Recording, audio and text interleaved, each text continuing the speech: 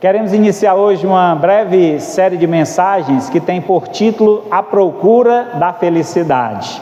Hoje vamos falar sobre o caminho para a felicidade. Então, estamos saindo de um final de semana, conhecido como um final de semana onde as pessoas procuram festejar e se alegrar, procurando a felicidade em um festejo que se chama o Carnaval. Mas sabemos que muitos do que festejaram lá, hoje estão decepcionados, tristes, talvez com algumas coisas que aconteceram, com coisas erradas que fizeram, e estão envergonhados com o que fizeram. Então nós queremos nessa série trazer a ideia de que existe um caminho para a felicidade, e que você e eu, como cristãos, precisamos ter plena certeza de que estamos andando neste caminho, que estamos buscando a verdade de Deus para a nossa vida. Então, diante disso, quero convidá-los a abrirem suas Bíblias em Salmo número 1, que será o nosso texto base. Então, antes disso, vamos introduzir a mensagem. Para muitos, a felicidade está relacionada ao sucesso, às riquezas, à beleza e ao poder. A busca para alcançar essa tão sonhada felicidade a qualquer custo leva muitos a encontrarem o sofrimento. A Bíblia, então, ela nos apresenta o caminho da felicidade, que é diferente do caminho que o mundo oferece. Se você anda procurando a felicidade, é preciso discernir qual é o caminho que você deve seguir. Vamos então descobrir qual é esse caminho. Salmo 1, do 1 ao 6. Diz assim o texto: Bem-aventurado aquele que não anda no conselho dos ímpios, nem se detém na roda dos escarnecedores. Perdão, irmão, deixa eu começar novamente. Bem-aventurado aquele que não anda no conselho dos ímpios, nem se detém no caminho dos pecadores, nem se assenta na roda dos escarnecedores. Pelo contrário, o seu prazer está na lei do Senhor, e na sua lei medita de dia e de noite. Ele é como árvore plantada junto a uma corrente de águas, que no devido tempo dá o seu fruto, e cuja folhagem não murcha, e tudo o que ele faz será bem sucedido. Os ímpios não são assim, são porém como a palha que o vento dispersa. Por isso, os ímpios não prevalecerão no juízo, nem os pecadores na congregação dos justos, pois o Senhor conhece o caminho dos justos, mas o caminho dos ímpios perecerá. Vamos orar então. Maravilhoso Deus, Pai Santo, mais uma vez nos colocamos diante da Tua presença em oração, rogando a Tua graça, o Teu favor sobre esta mensagem. Recebe, ó Pai, o que já entregamos diante do Teu altar, nossas orações, as ofertas recolhidas, e queremos também neste momento te pedir, Senhor, fala conosco por meio desta palavra, nos mostra, Senhor, o caminho que devemos seguir para encontrar a felicidade que só existe no Senhor. Ó Pai querido, venha abençoar cada um aqui presente, que possamos, ó Pai, nesta noite sair daqui contentes por ter encontrado o verdadeiro caminho da felicidade e prontos a seguir a este caminho sem nenhuma dúvida se realmente é o melhor caminho a se seguir. Abençoa assim o Teu povo aqui reunido, como também aqueles que ouvirão desta mensagem posteriormente. Eu te peço e te agradeço em nome de Jesus. Amém. Muito bem, o Salmo número 1 é um salmo muito conhecido. Esse salmo já começa falando sobre bem-aventuranças, e essa expressão bem-aventurado, ela tem um significado muito interessante. Ela fala sobre aquele que é verdadeiramente feliz. Então, bem-aventurado é alguém que é verdadeiramente feliz, e a felicidade é transmitida por meio desse texto, apresentando-nos um caminho a seguir. E nós precisamos então extrair esse caminho, observar os passos que devemos dar para que então possamos encontrar a felicidade.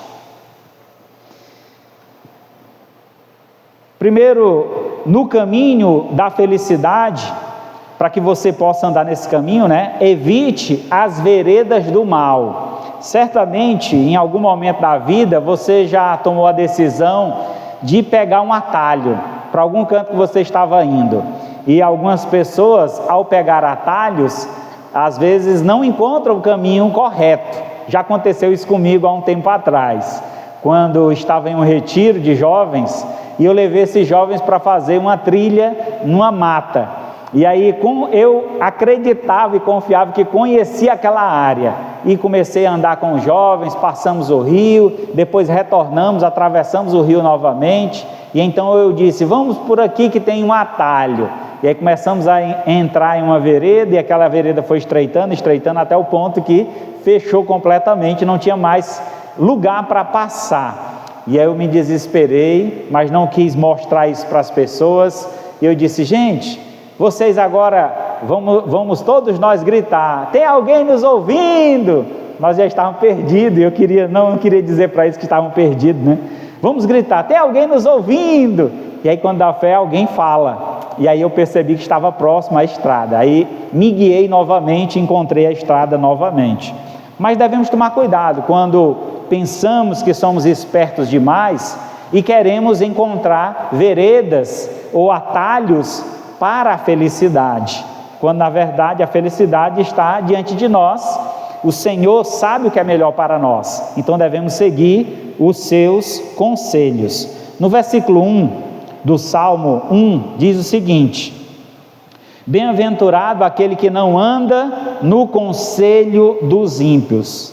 Então, andar no conselho dos ímpios é pegar veredas, é deixar de dar ouvidos a Deus e ouvir o que os ímpios, os pecadores, aqueles que não conhecem a Deus, te apontam o que é felicidade para a vida.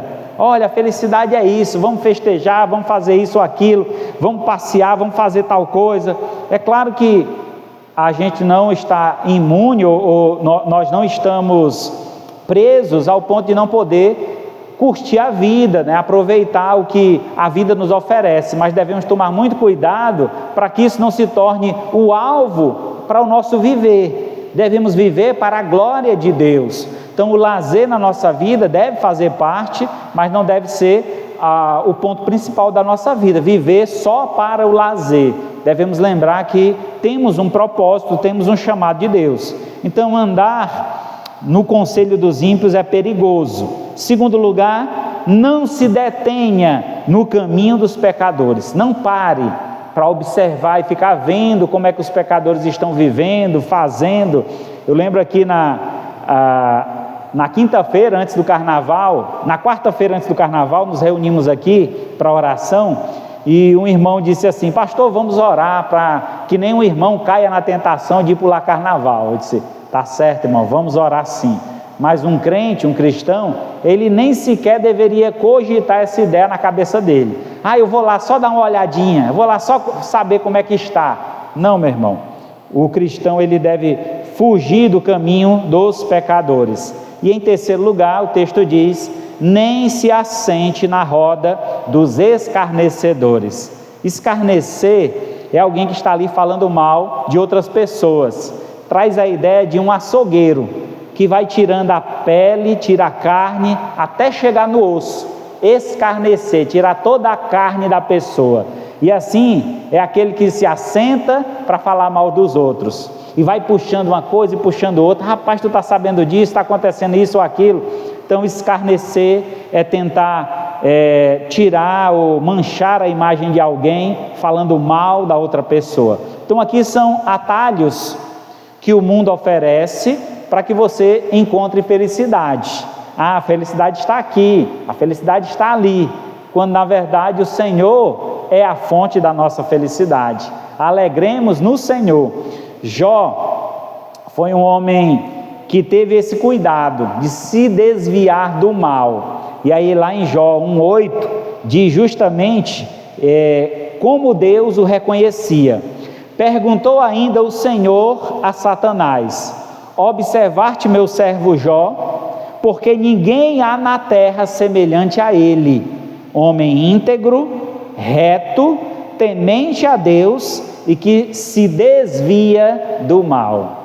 Então, desviar-se do mal é justamente não pegar essas veredas que o mundo oferece, porque estes são caminhos maus, caminhos que nos conduz para longe de Deus. E tantos são os caminhos que são oferecidos a nós todos os dias. Quem nunca em sua vida já teve uma proposta indecente? Tome aqui só esse gole, fuma só esse trago, toma só esse comprimido. E aí a tentativa qual era? Você vai ter uma viagem, você vai se sentir legal, você vai sair, teus pés vão sair do chão. Mas precisamos estar com o pé no chão, conscientes de cada ato que nós tomamos. Então esse é o perigo que muitas vezes o mundo nos oferece. Viver uma vida à parte de Deus, uma vida na busca dos prazeres carnais.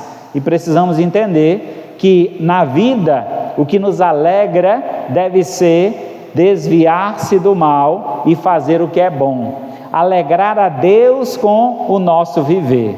O termo vereda representa um atalho, uma trilha ou um hábito costumeiro, sugerindo que o mal é um caminho sedutor, mas que leva à perdição e ao sofrimento. Evitar as veredas do mal significa proteger o nosso coração e nossa mente, escolhendo influências e caminhos que estão alinhados com Deus. É importante, irmãos, que tenhamos amizades e fortaleçamos mais ainda essas amizades com pessoas que nos aproximem de Deus. Andar com pessoas que estão longe de Deus, geralmente elas vão estar apontando um caminho mau para nós seguirmos. Sempre vão estar nos aconselhando a fazer coisas e tomar escolhas na nossa vida que vamos nos arrepender amargamente. Então é necessário que tenhamos essa consciência. Então é preciso integridade, é preciso ser reto e temente a Deus, para então tomar sempre a escolha certa. Em Provérbios capítulo 4,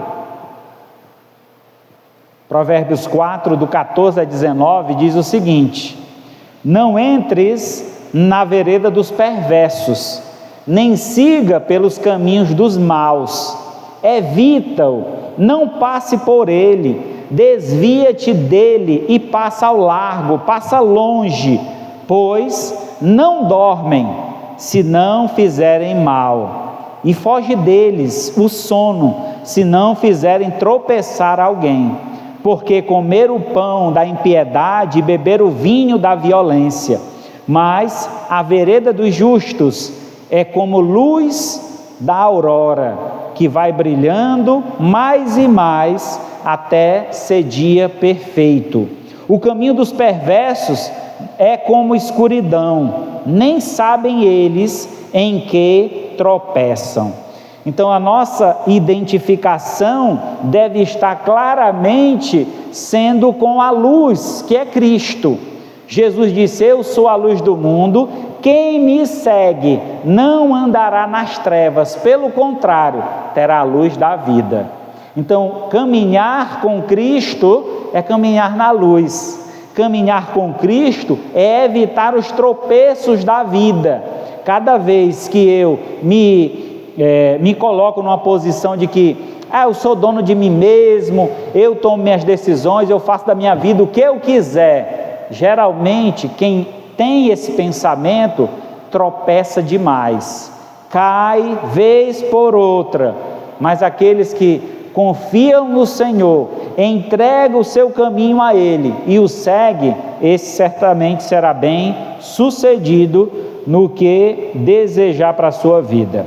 Então esse é o primeiro caminho para alcançar a liberdade ou a felicidade, que é desviar-se das veredas do mal. O segundo caminho para a felicidade é desacelere e contemple a bondade de Deus. Desacelere e contemple a bondade de Deus. Versículo 2 do Salmo 1 diz o seguinte: pelo contrário, o meu ou seu prazer está na lei do Senhor, e na sua lei medita de dia e de noite. Ser contemplativo é alguém que está sempre observando a graça de Deus, como Deus age na humanidade, como Deus tem agido na sua vida. Você deve observar tudo aquilo que Deus já te concedeu, e não ficar com os olhos sempre fixos naquilo que você não tem, porque nós somos muito influenciados pelo mundo para alcançar desejos. Você, por exemplo, compra um celular de última geração, iPhone 17, daqui a pouco lança o 18, você começa a se desesperar: rapaz, eu tenho que ter o 18, fulano já tem o 18, olha, o meu já está velho. Está tudo funcionando, só tem um ano que você está usando, porque todos os anos eles lançam um novo. O seu ainda está funcionando, está perfeito, por que você vai trocar? Então são detalhes, irmãos, estou usando aqui um exemplo, mas poderia ser tantas e outras coisas, que às vezes a gente está sempre insatisfeito com aquilo que Deus tem nos dado, sempre olhando lá na frente: eu quero aquilo, eu quero mais, eu quero mais. Como diz o ditado, a medida do ter nunca enche. Você já tem o suficiente, mas você sempre quer mais, quer mais, quer mais, e isso acaba te conduzindo para um lugar de desespero, lugar de sofrimento.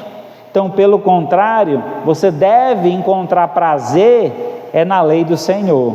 Diz aqui o texto: o teu prazer deve estar na lei do Senhor, e aí nessa lei você deve meditar, dia e noite.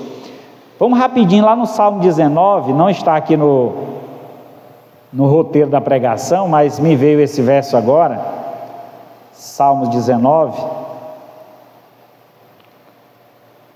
verso 7 diz: a lei do Senhor é perfeita e restaura a alma, o testemunho do Senhor é fiel e dá sabedoria aos simples.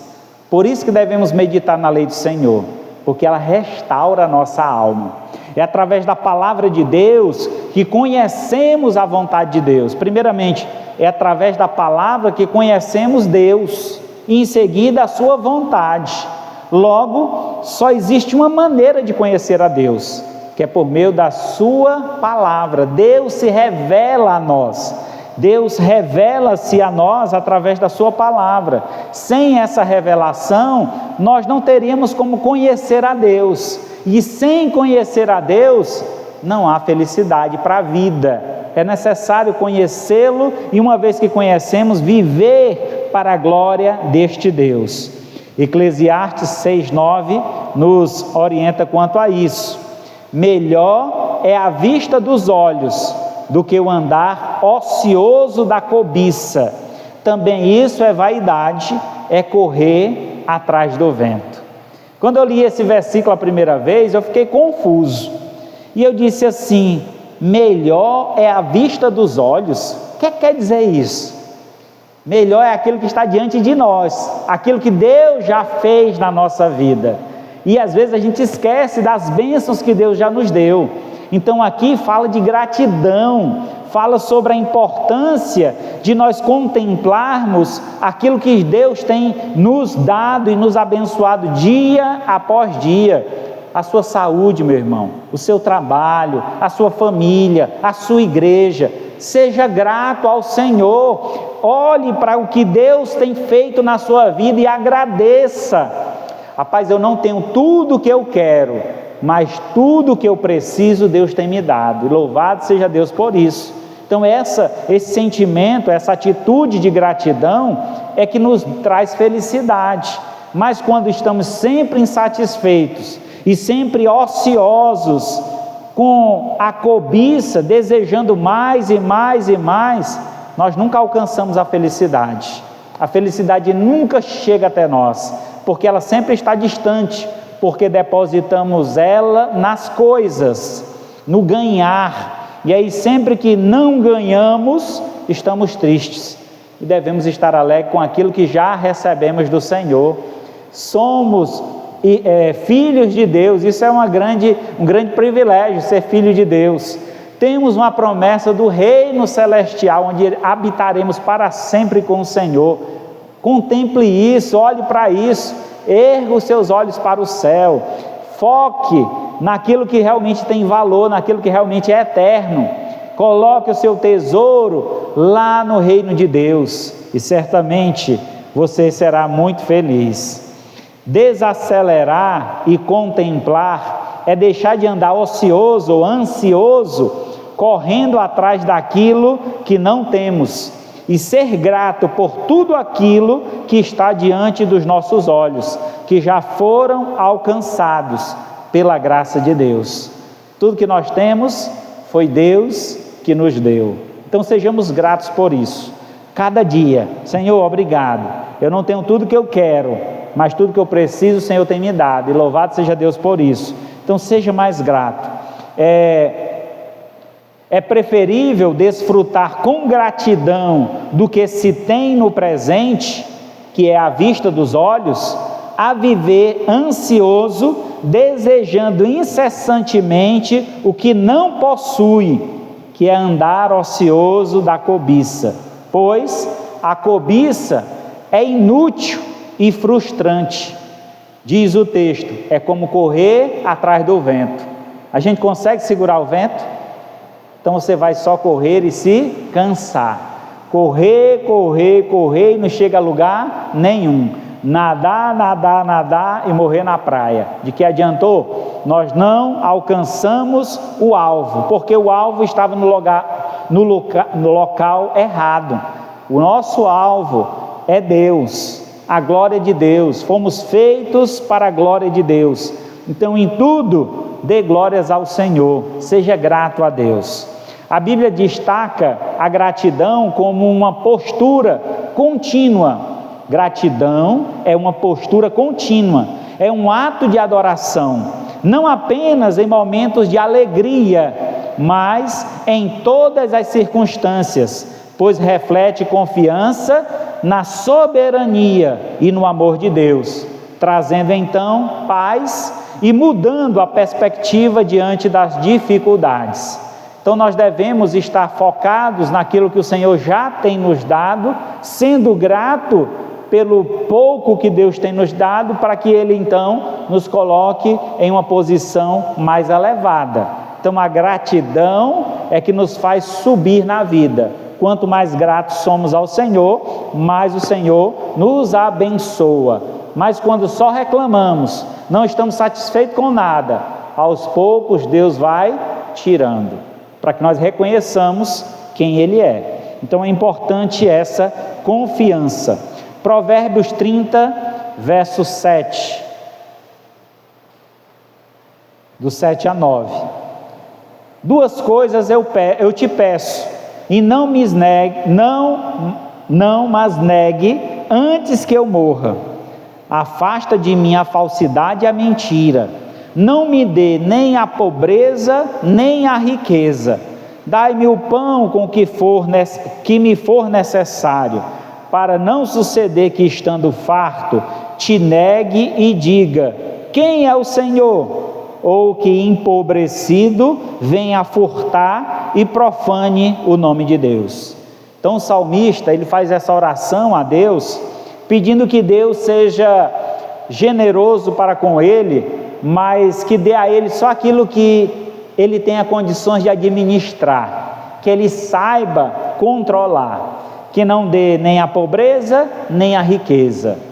Vemos que são dois extremos perigosos, né?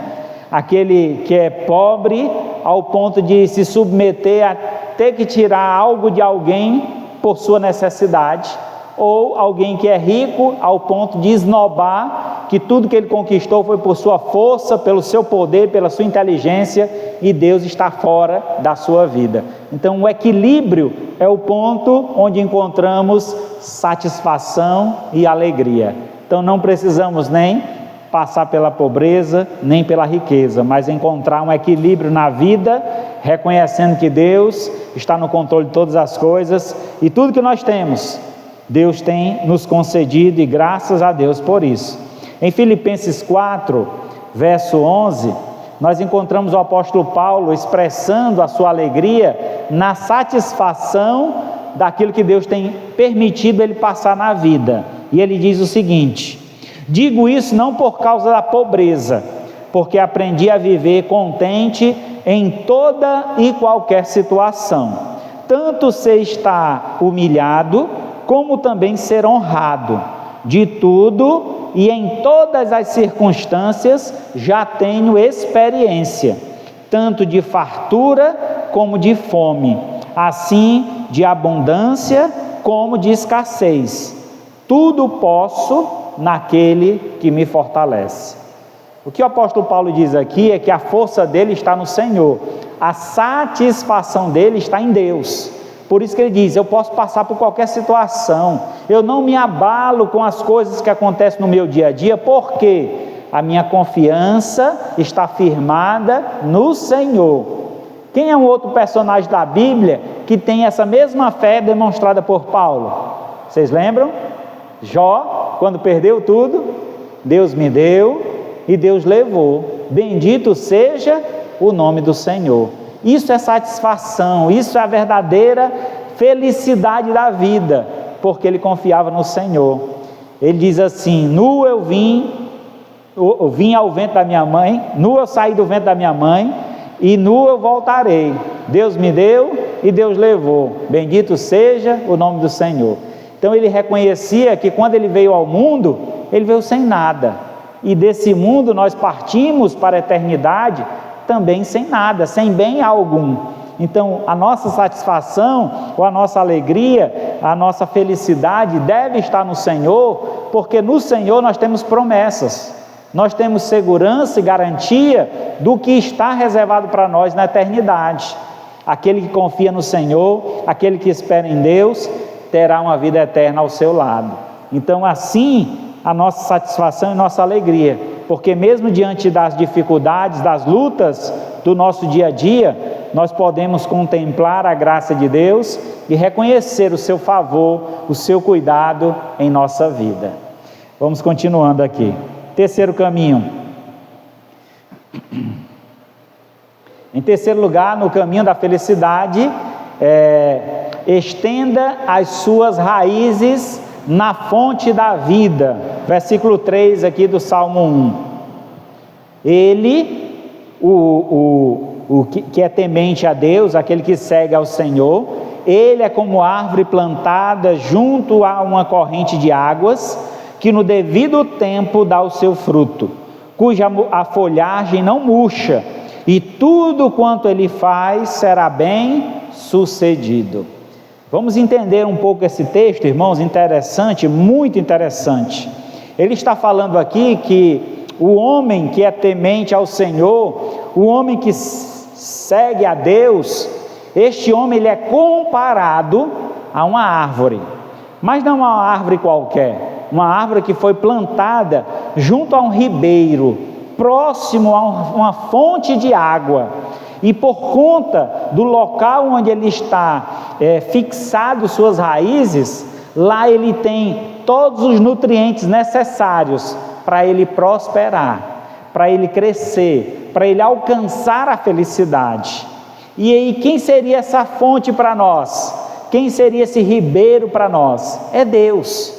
Então, quando confiamos em Deus e alicerçamos toda a nossa fé, toda a nossa confiança no Senhor, dele receberemos todo o nutriente para frutificar. E a frutificação, que é dita aqui no texto, ele diz que ao seu tempo dará frutos, as suas folhas não murcham, e tudo quanto ele faz será bem sucedido. Quer dizer, ele frutificará, e esses frutos serão bênçãos, não só para ele, como também para os que estiverem ao seu redor.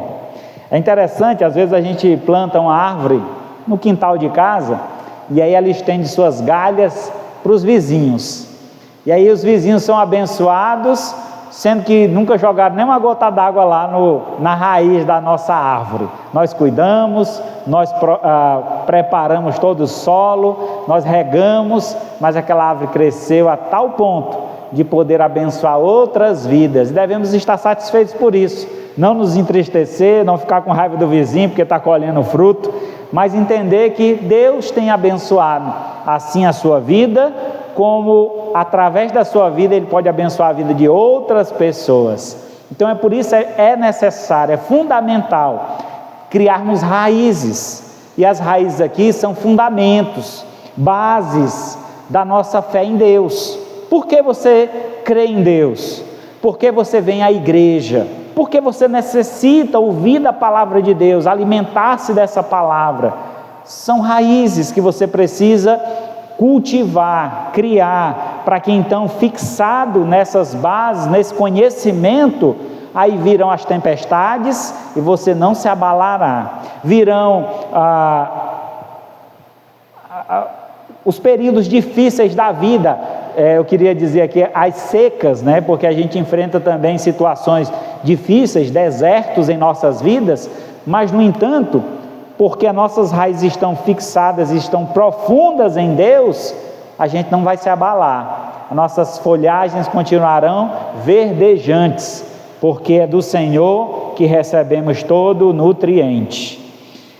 Jeremias 17 diz o seguinte, 17:8: porque ele é como árvore plantada junto às águas, que estende suas raízes para o ribeiro, e não receia quando vem o calor, mas a sua folha fica verde, e no ano de sequidão não se perturba, nem deixa de dar frutos. É por isso que muitas vezes a gente encontra um crente fiel ao Senhor passando por uma batalha, uma luta, e a gente vê a satisfação daquela pessoa. Me lembrando aqui de um texto bíblico lá no livro de Atos, que os discípulos apanharam porque foram reconhecidos como cristãos, e eles ficaram felizes por conta de terem passado por aquela situação. Imagina só, isso é estar fixado em Deus, é ter raízes em Deus, é reconhecer o valor da nossa comunhão com o Senhor, e quando estamos ligados ao Senhor, nada nos abala, porque estamos fixos nele. Estender as raízes na fonte da vida significa procurar estabilidade e propósito em algo profundo e inabalável e revigorante, em vez de focar apenas no que é superficial. É viver de forma mais constante, fundamentada e conectada ao que realmente importa. E o que é que importa? A nossa vida com Deus. É essa conexão que importa. As outras coisas, como diz as Escrituras, serão acrescentadas. Buscai o reino de Deus e a sua justiça em primeiro lugar, e as outras coisas nos serão acrescentadas. Priorize Deus na sua vida. Coloque um lugar de prioridade na sua vida para Deus. Reserve um tempo para Deus. Ore todos os dias. Acorda, imediatamente se levanta.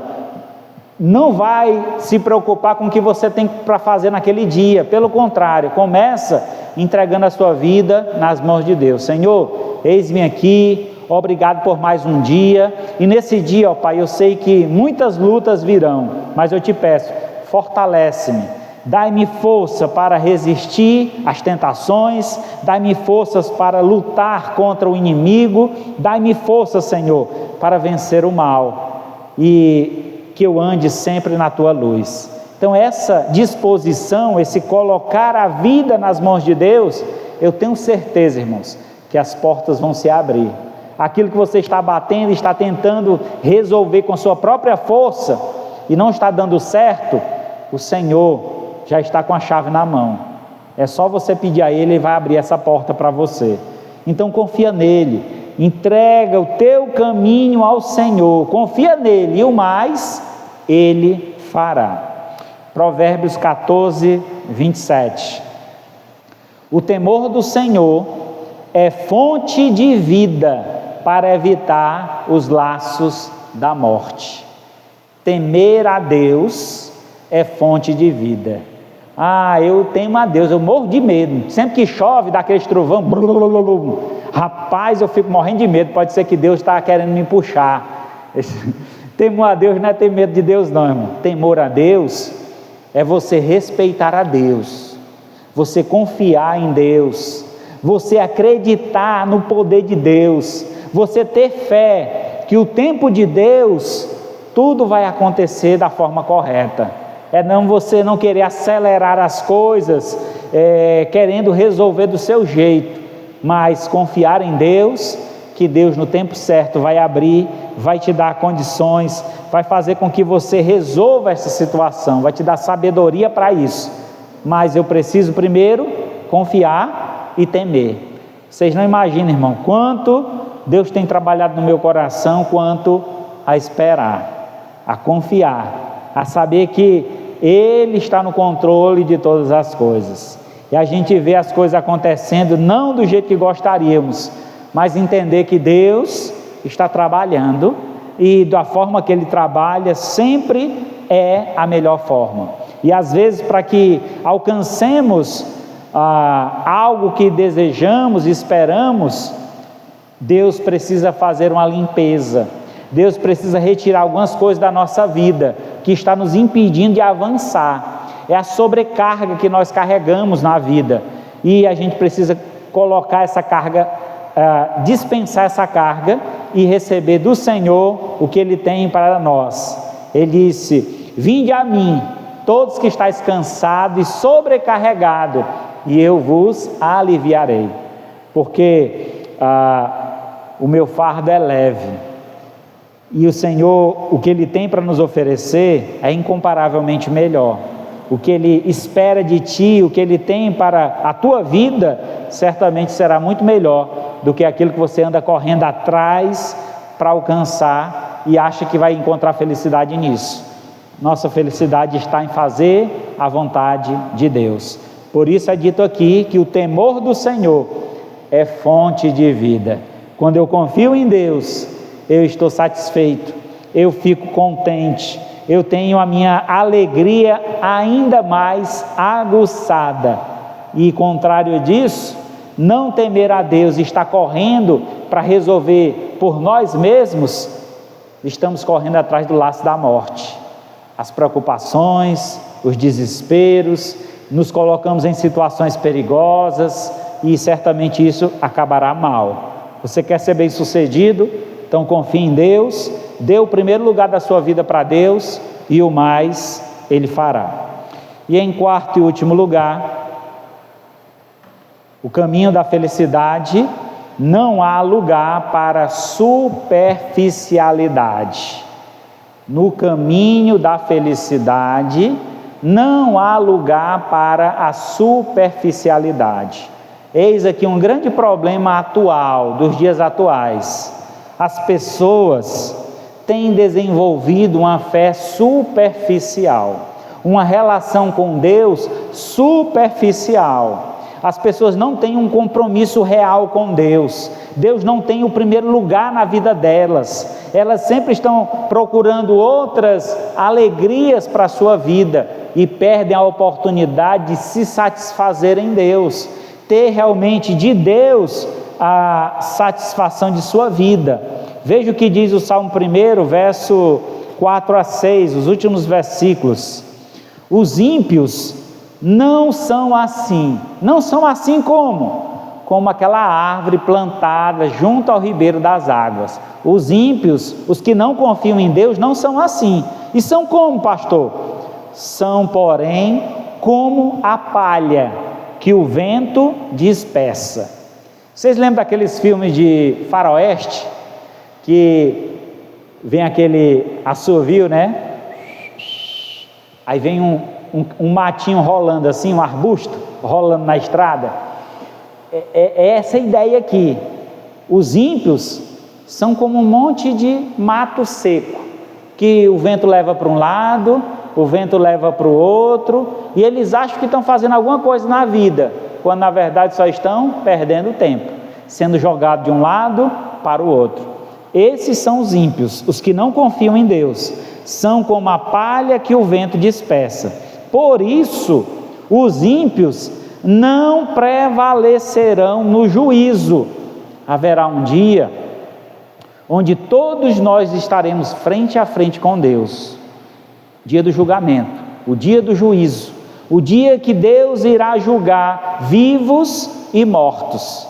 Nesse dia, quando eles estiverem diante do Senhor, alguns até dirão: Senhor, eu fiz muita coisa em teu nome. Tu acredita, Senhor, que eu até já ofertei para construir uma igreja para tu? Foi, Senhor, eu fiz isso, fiz aquilo outro. E aí você vai colocar as coisas que você fez para Deus. Sabe qual é a resposta de Deus para tais pessoas? Eu nunca vos conheci, apartai-vos de mim. Sabe por quê? Porque eles não fizeram para Deus, eles fizeram para se apresentar, eles fizeram para se engrandecer. É como a gente vê nos programas de TV, quando chega ali próximo ao final do ano, aqueles programas de arrecadação de dinheiro para as entidades aí, e aí o pessoal leva aquele chequezão desse tamanho: olha, eu estou dando R$1 milhão. Quer dizer, muitas vezes as empresas que dão aqueles valores abatem aquilo na Receita Federal. Foi uma oferta para uma entidade sem fins lucrativos. Eu dei essa oferta lá, e aí declara, e aí desconta nos impostos que ele ia pagar pro Estado, né? Então, não é essa a atitude correta. Quando a Bíblia diz que quando você for dar algo a alguém, que a tua mão direita não veja o que a esquerda está fazendo, ou vice-versa. Então, quando você doar algo, não peça para bater palma, tocar trombeta, fique entre você e Deus. Eu fiz a minha parte, eu ajudei a obra do Senhor, e que Deus seja glorificado. Essa é a atitude. Porém, os ímpios, eles não fazem assim, eles fazem para aparecer, e por isso, eles não prevalecerão. Diante do juízo de Deus, Deus conhece o nosso coração, Deus sabe a intenção de cada ato que nós praticamos. Diz aqui o texto: nem por isso os ímpios não prevalecerão no juízo, nem os pecadores na congregação dos justos. Aqueles que vivem na prática do pecado, é muito difícil eles se habituarem no convívio da igreja, viverem como igreja real. Eles vêm, eles participam, mas sempre há algo que incomoda, seja a música, seja a pregação, seja o tempo que é usado aqui. Então sempre tem algo que incomoda, sempre é algo que eles não se agradam.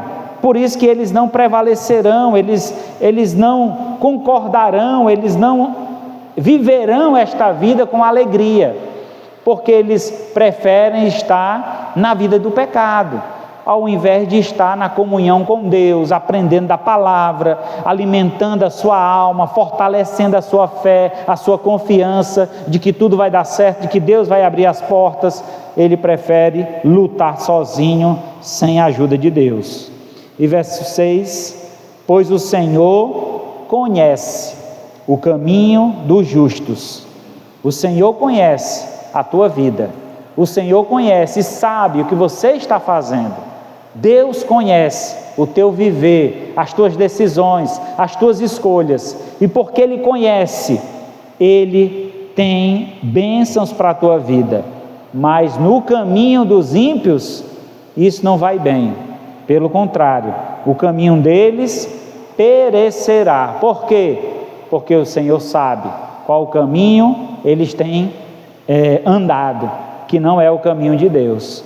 Se falarmos de caminho, irmãos, entendemos que Cristo é o único caminho que leva para Deus.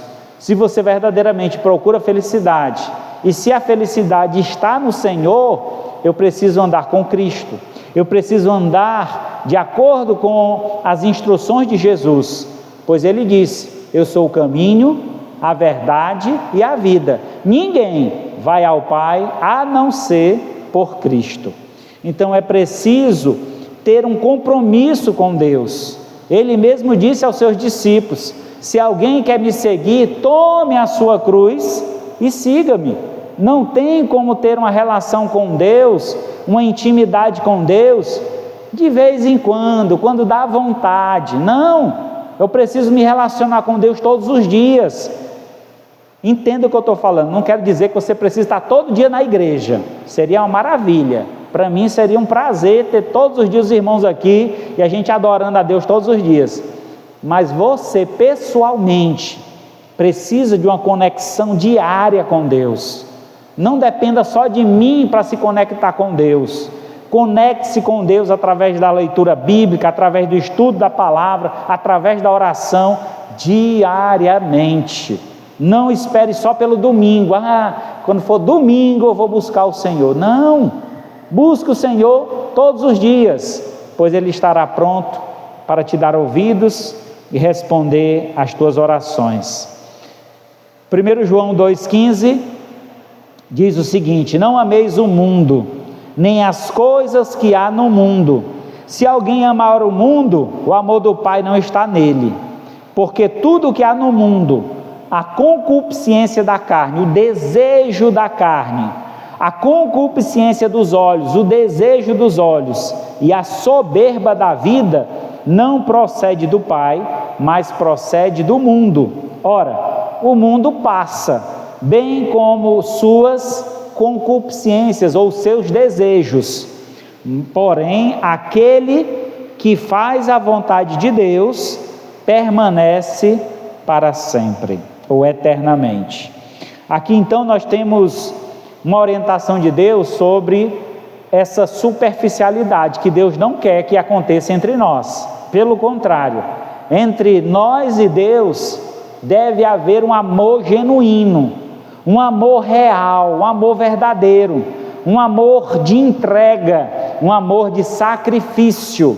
É esse tipo de relacionamento que Deus espera entre nós e Ele. Por isso Ele orienta que nós não podemos dividir este amor. Se alguém diz que ama a Deus, mas ama também o mundo, o amor do Pai não está nele, porque Deus não divide o seu amor com ninguém. Imagine você casado, aí você ama a sua esposa, mas também ama as outras mulheres que você encontra na vida. Está errado. Quando você escolhe uma esposa para si, este amor dedicado a ela é uma decisão, é uma escolha. Eu escolhi amar a minha esposa, independente do que vai acontecer no decorrer da vida.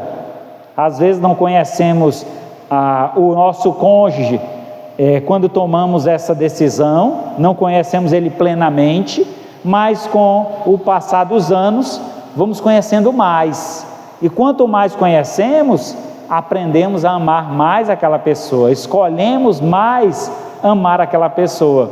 Então essa escolha, essa decisão também está relacionada a Deus. Quanto mais eu conheço de Deus, mais eu amo ao Senhor, porque Ele é bom o tempo todo. Louvado seja Deus por isso. Aqui então, muitas vezes perdemos o foco do que é eterno ao nos apegarmos demais ao que é passageiro. Amor do mundo é passageiro. Muitas vezes nós dedicamos tanto amor a uma causa, às vezes até uma pessoa, e isso passa. Isso chega a um ponto que não encontramos mais satisfação e alegria nisso. Mas aquele que realmente ama o Senhor, ele vai aprender o verdadeiro amor, que não é um amor apenas de prazer, como foi dito anteriormente, a concupiscência, porque muitas vezes a gente relaciona amor com o desejo carnal.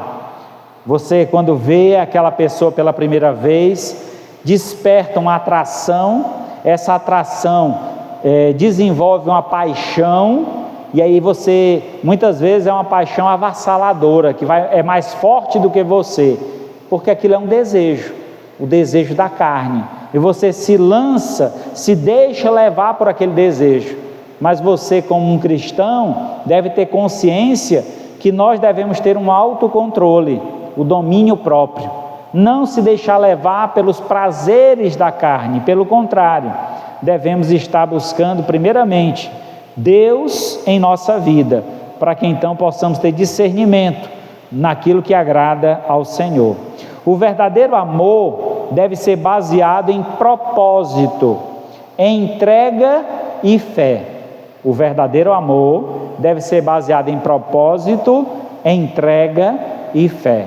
Vamos lá, um relacionamento que firmamos, às vezes estamos conhecendo uma pessoa, e aí projetamos a vida junto daquela pessoa. Como será se nos casarmos? Quantos filhos você deseja? Lembro muito assim, quando namorava com a Paula, e essas projeções que a gente tinha na cabeça, e às vezes projetamos uma coisa e o outro quer totalmente diferente, e a gente já percebe, olha, não vai dar certo andar junto não, eu quero ir para cá e ele quer ir para lá, eu quero 2 filhos, ele só quer criar cachorro, não vai dar certo. Então temos que combinar, tem que se encaixar.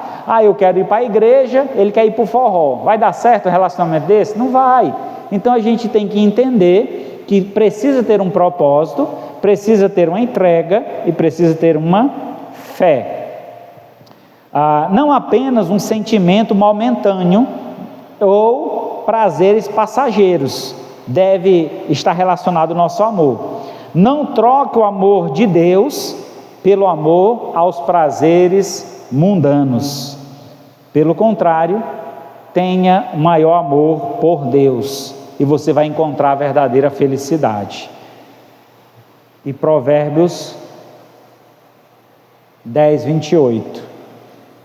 A esperança do justo é alegria, mas a expectativa do perverso perecerá. Qual é a nossa esperança? Qual é a esperança do crente? A volta de Jesus. A esperança do crente é ir morar no céu. Então, por esse motivo, nossos tesouros nós juntamos no céu, juntamos nosso tesouro na glória celestial, e não nos apegamos às coisas deste mundo, porque esse mundo passa, bem como os seus desejos, mas aquele que agrada ao Senhor, ele tem a esperança da eternidade. A expectativa do perverso qual é? Só este mundo, conquistar esse mundo, ser a pessoa mais bem sucedida nesse mundo, mas esse mundo vai passar, e todo aquele sucesso também, junto com esse mundo. Então não juntei para vós outros tesouros na terra, onde as traças e a ferrugem corrói, onde os ladrões escavam e roubam. Pelo contrário, ajuntei para vós outros tesouros lá no céu, onde nem traça nem ferrugem corrói, onde os ladrões não escavam nem roubam. Lá deve estar o nosso coração. Onde está o nosso tesouro, deve estar também o nosso coração. Concluindo então, a felicidade que o mundo oferece é baseada em circunstâncias, bens materiais ou momentos de euforia que terminam, sendo superficial e dependente do exterior. Quer dizer, para o mundo, toda alegria está fora de si, está lá fora, é correndo atrás para alcançar tal coisa. Se eu tiver tal coisa eu vou ser feliz. Você conquista aquilo e não alcança a felicidade, porque você colocou sempre a felicidade no que é exterior, no que está fora de você. Mas aquele que tem Deus, que recebe Jesus como único e suficiente Salvador, esse que tem Deus em seu coração, encontra a verdadeira felicidade dentro de si. Eu não preciso de coisas para ser feliz, eu preciso de Deus para ser feliz. Já a felicidade que Deus oferece, ela é verdadeira, é profunda e é espiritual, constante e independe de dor, proveniente de um fundamento sólido e da presença de Deus. Portanto, a verdadeira felicidade é uma decisão de alinhar a vida aos princípios de Deus, resultando em segurança, prosperidade espiritual e firmeza diante das adversidades. Provérbios 28, 14. Feliz o homem constante no temor de Deus, mas o que endurece o coração cairá no mal. Então a felicidade está no homem que teme ao Senhor constantemente. E esse é então um chamado para você que nos escuta essa noite. Que você possa nesta noite entregar a sua vida ao Senhor.